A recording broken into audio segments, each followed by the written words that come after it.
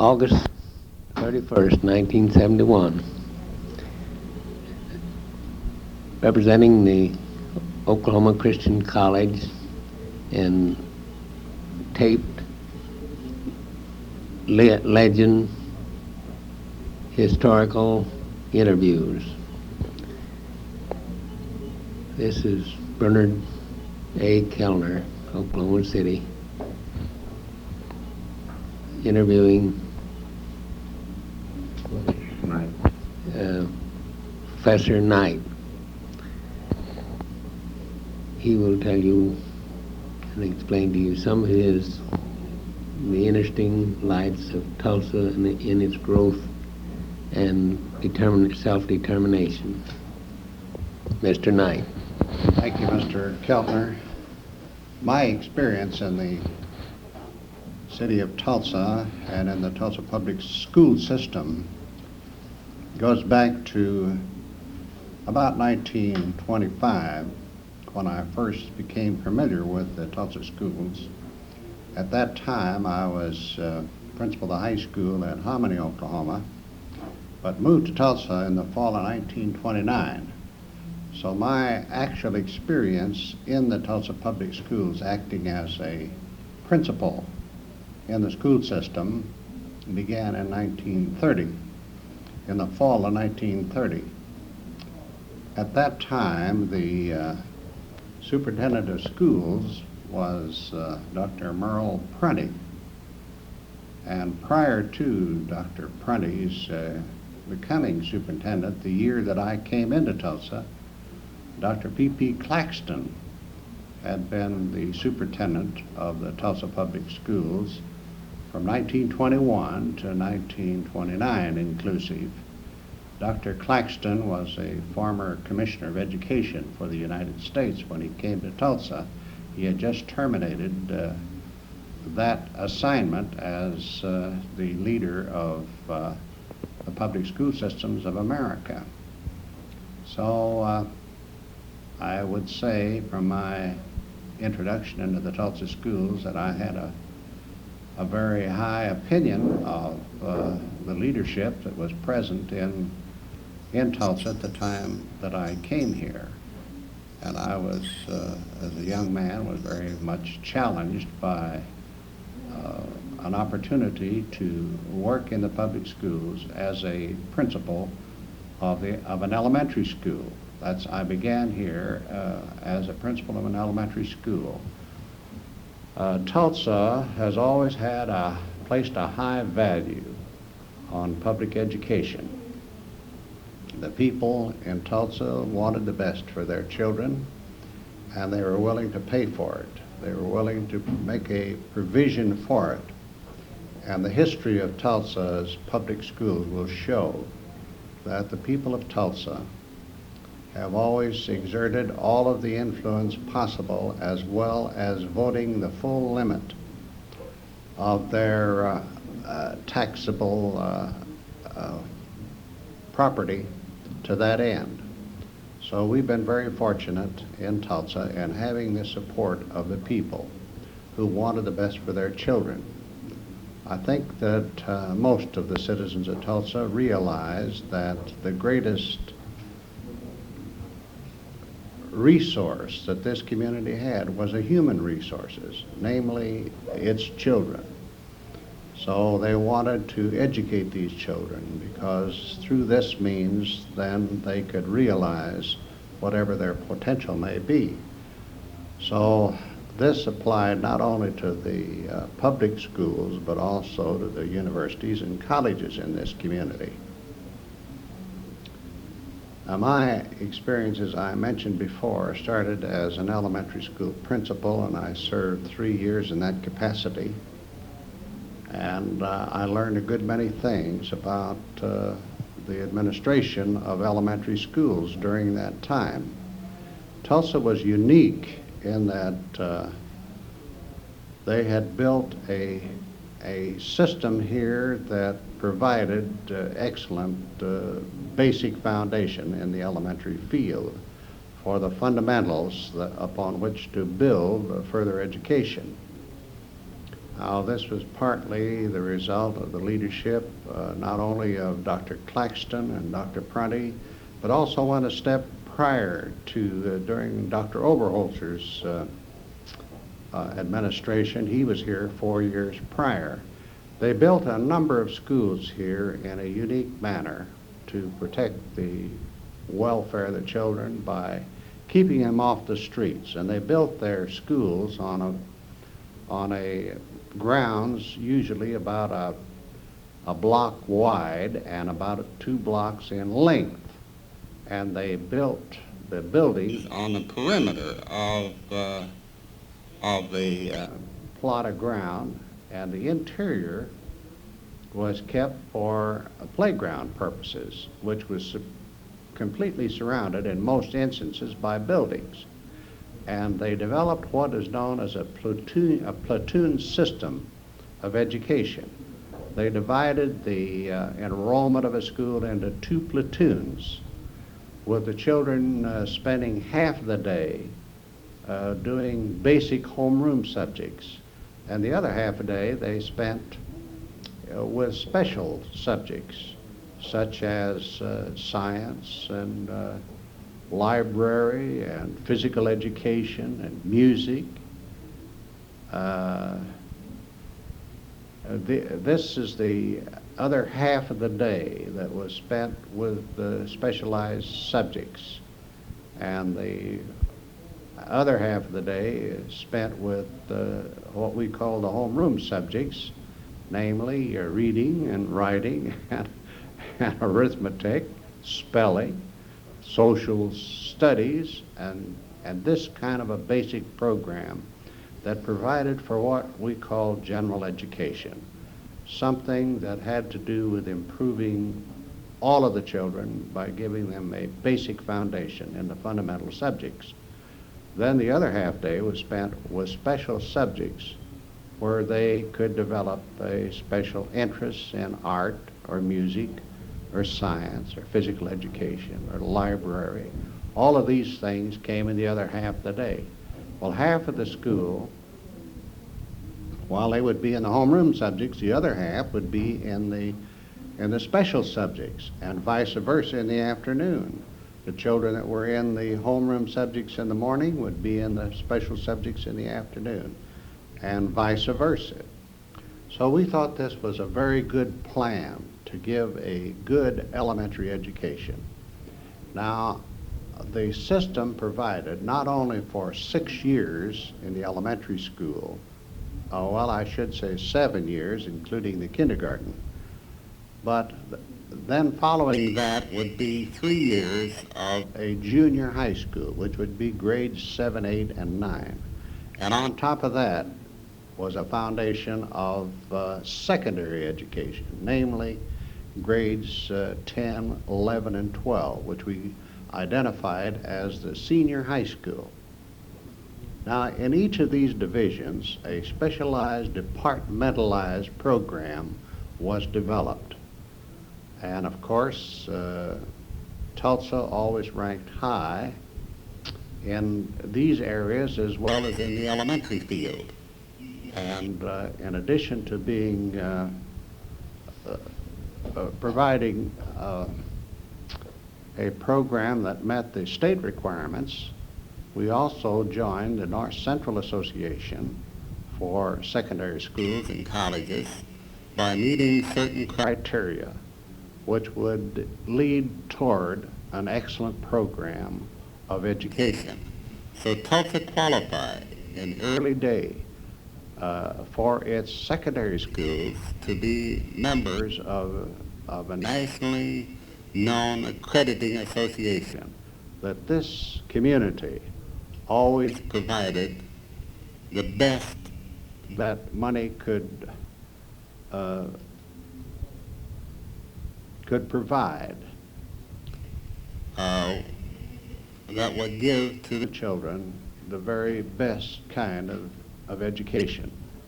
The teachers were carefully selected and they were well qualified, most of them having a minimum of a master's degree. When I came to Tulsa, it was impossible for a person to get a master's, to get a, yeah. Go ahead. Go ahead, talk.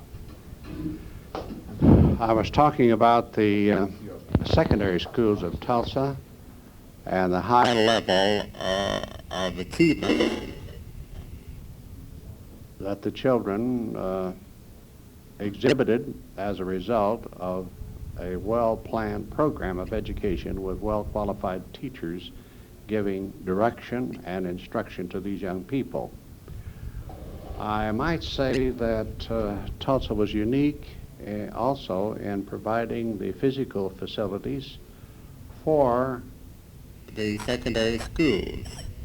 In addition to these elementary schools that were unique in the platoon organization, likewise the secondary schools, which is the junior and senior high schools, the very best type of architecture was used in building the facilities that provided for the physical needs for an excellent program of secondary education.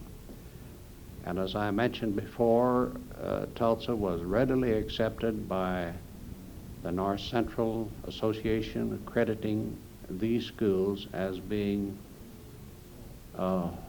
as good as the best. And any student who graduated from the Tulsa high schools would be readily admitted to any college or university in the land that required that students come from an accredited institution. And they were admitted without any examination from that university.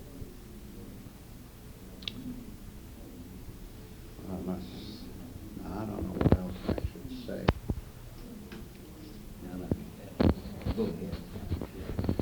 In addition to the public schools, the community of Tulsa also provided, through the establishment of private and parochial schools, education that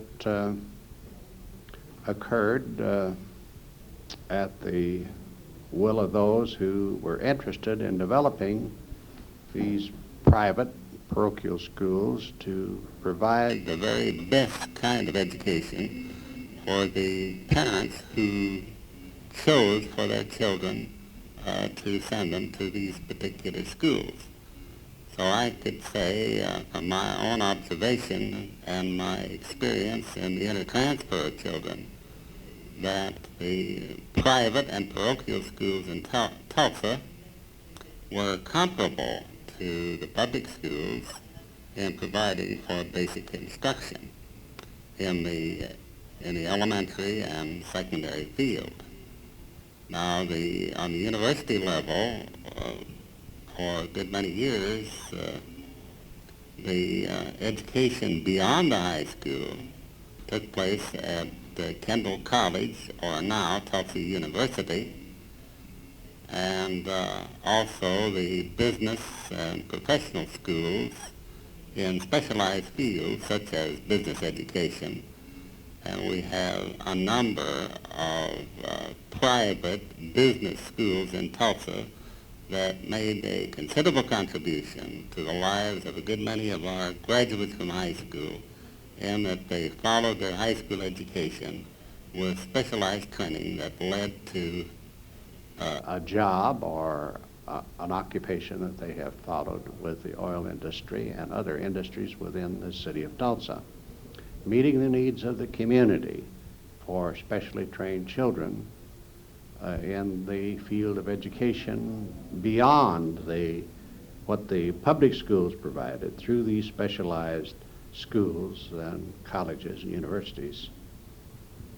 Likewise, the graduates of Tulsa high schools would seek further higher education within Oklahoma and outside of Oklahoma in colleges and universities, preparing themselves for the professions and for various occupations. The community of Tulsa, from its early beginning, was a progressive, rapidly growing community.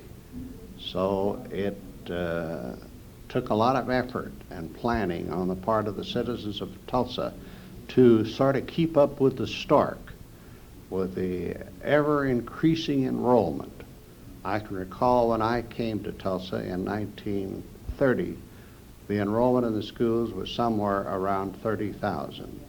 At the present time, in 1971, is somewhere around 85,000 children.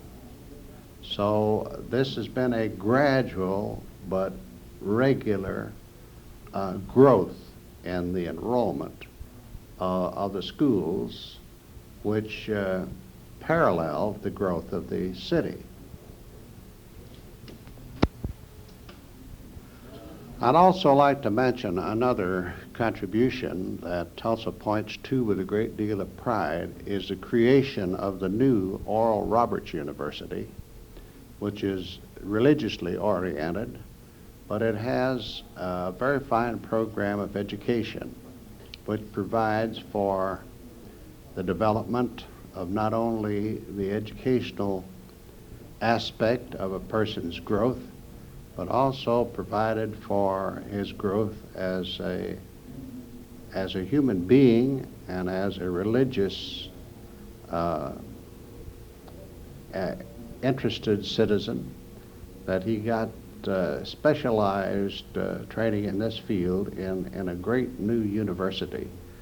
And it's really fantastic for a citizen to see what one man and the ideas that were expanded through the cooperation of many interested citizens across this nation and around the world for that matter, in helping him to develop a new and different kind of university. It's been my privilege to be pretty closely associated with it, and I would say that they provide the best of everything that you could expect to give the kind of training that will meet the needs of today's world. So these students who come to Tulsa to attend this university come from around the world, and they too have had a rapidly expanding enrollment, and they are now enrolling something like about 1,500 students. And they started out on a small scale with their first class being somewhere near 400, and now, as I say, the total enrollment is gradually expanding. And this too makes a great contribution to the educational program provided for the youth of this community and of this state and of the nation and the world through this institution. Tulsa University has identified itself in many ways, but has made a special contribution in the field of a special school for petroleum engineering. And this has been a great need for the industry that sort of identifies Tulsa as the oil capital of the world. And the needs are great for specially trained youth in the field of petroleum engineering. So Tulsa University has a well-rounded program of many schools, but this is one that's specialized, that meets the needs of Tulsa. I also would like to add that there are several other things that contributes to a child's education. The formal education that is provided through the various schools that I've mentioned is not the only thing that makes a contribution to the education of the youth of the community. We have many institutions and many organizations that have an educational program that provides for the kind of training that may not be complete so far as the public formal education is concerned, but this is done by the initiative of citizens in the community.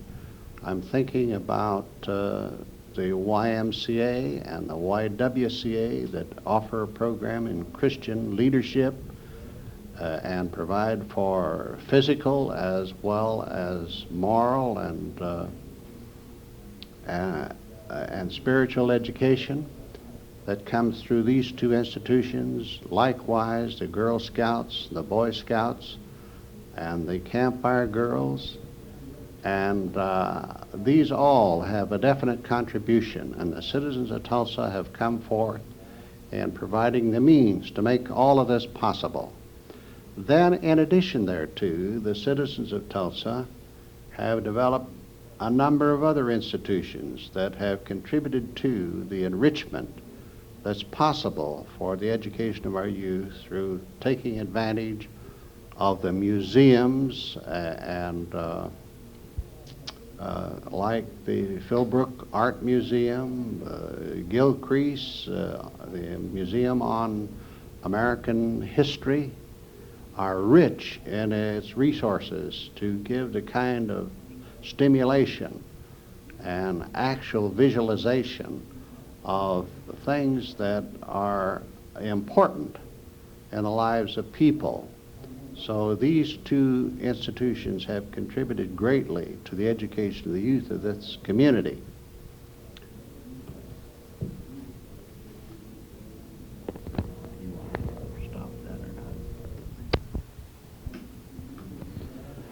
I also want to add that perhaps another institution that's contributed greatly by supplementing the program of the public schools has been the libraries of both the city and county of Tulsa and the university and the colleges that open their libraries to the needs of youth.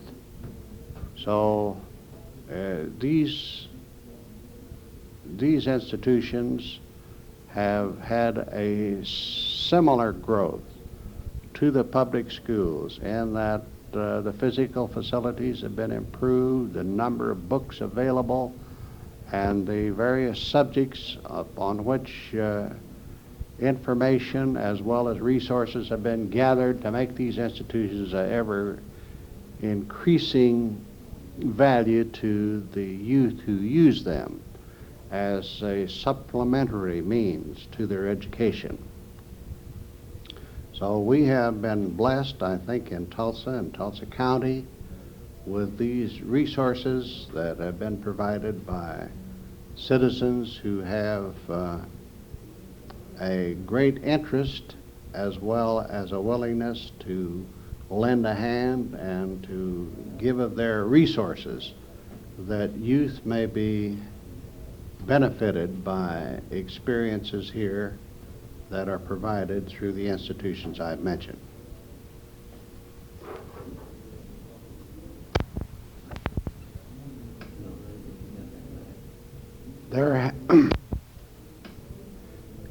In recent years, there has been an effort made by not only the people of Tulsa, but by the leadership coming from the State Department of Education and also the Department of Health, Education, and Welfare in Washington, that we develop an educational program through vocational and technical education and providing assistance and direction as well as some resources. We have built within this county a vocational technical school to give children who are not going to college but who seek to provide themselves with a means of developing skills that are saleable by attending these schools and becoming competent in specialized fields in vocational technical education that provides trained manpower for the industries of various types. In addition to the oil industry, we have technical fields in electronics and computers and also the aircraft industry, and research in various fields that is provided through vocational technical education.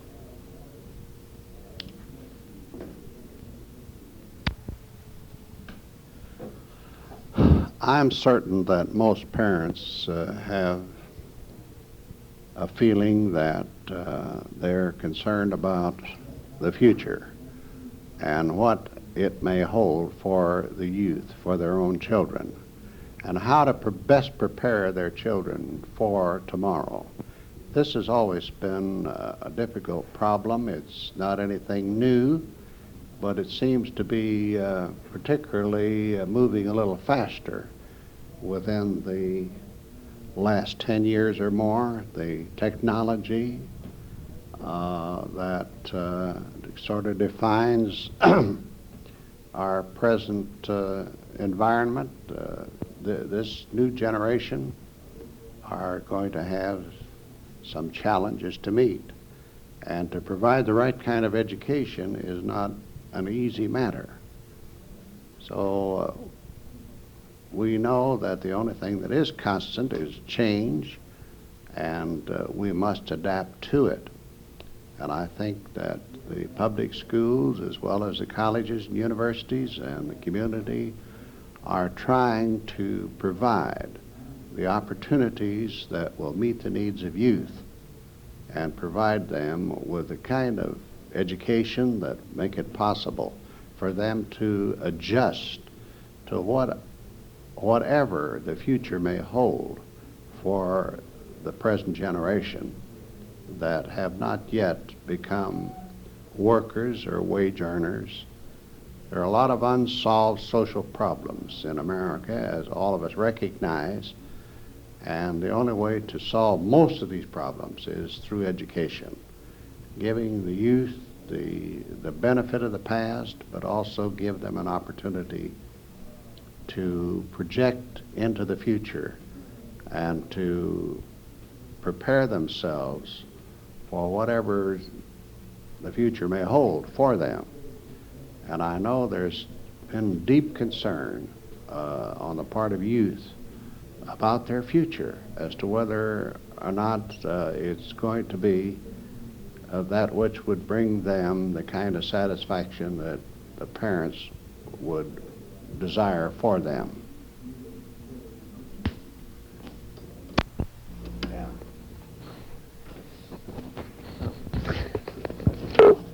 I didn't give much of a review of Dr. Knight's background. And I feel like it would be appropriate at this time, since Dr. Knight has given us a remarkable review of the educational processes and developments in Tulsa from practically the beginning of Tulsa. Dr. Knight